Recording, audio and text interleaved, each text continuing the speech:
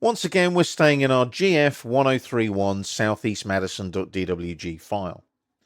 We're now at a point where we can think about actually plotting our drawing to communicate our design intent. We've created a simple title block. We've created the page setup for that title block.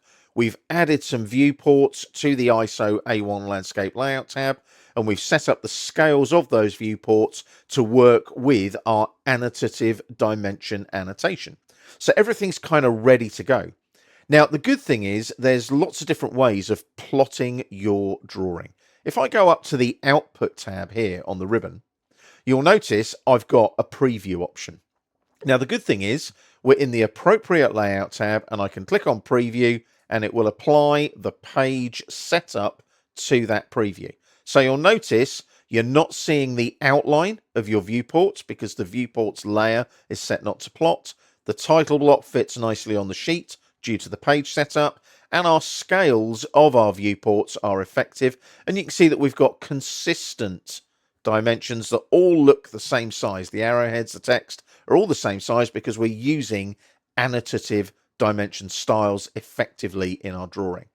So what I can do now is I can just right click and exit that preview, and it will take me back into the drawing. Now, there's other ways that you can plot and also preview your plot. I can right click on the layout tab and just go to plot here. That'll bring up the plot dialog box and allow me to select a page setup that I might want to use. Now, obviously, we're using the ISO A1 landscape PDF. We've preset that already. But again, I can preview here and check all my plot settings if I want to at the same time. So there's our preview. Looks exactly the same. Right click, exit the preview, takes us back to the plot dialog box. Now, I'm not going to plot the drawing. I'm going to click on cancel. Basically, what it'll do is it'll ask me to save the PDF file that it's plotting to a known location. That's basically it. You're saving the PDF file. Now, just so you're aware, later versions of AutoCAD have this little box here, down here. It's like a little box with 3 lines in it. Click on it, and you'll notice here as well, I can, if I want to, publish selected layout. So if I select layout 2, like that, there's layout 2. If I go there and select that one, can you see I can publish them from there as well if I want to? So I can just click there and pick a layout that I want to plot. And what I can also do there is select all layouts if I want to publish all of them at once. Now they'll go blue, you'll notice, and then I can obviously publish them by clicking here again, and you'll notice now publish selected layouts is now available. But how do I get rid of the blue bits? Because they're all selected. I just click on model, takes me back to the model tab, and you'll notice the blue highlight has gone, and I'm back in the model tab, ready to work on my design. So plotting the drawing is incredibly easy, and there's lots of different ways to do it.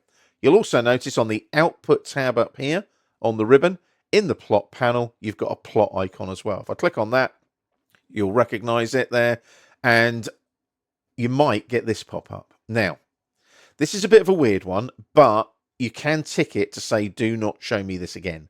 But basically what it's saying is you have more than one layout in your drawing. So can you see here, we've got ISO A1 landscape and a default layout 2. So it's saying, do I want to batch plot those 2 layout tabs? I don't, so I continue to plot a single sheet, and it will bring up the plot dialog that we opened previously. So don't worry about that little prompt that pops up. I'll click on cancel there, job done.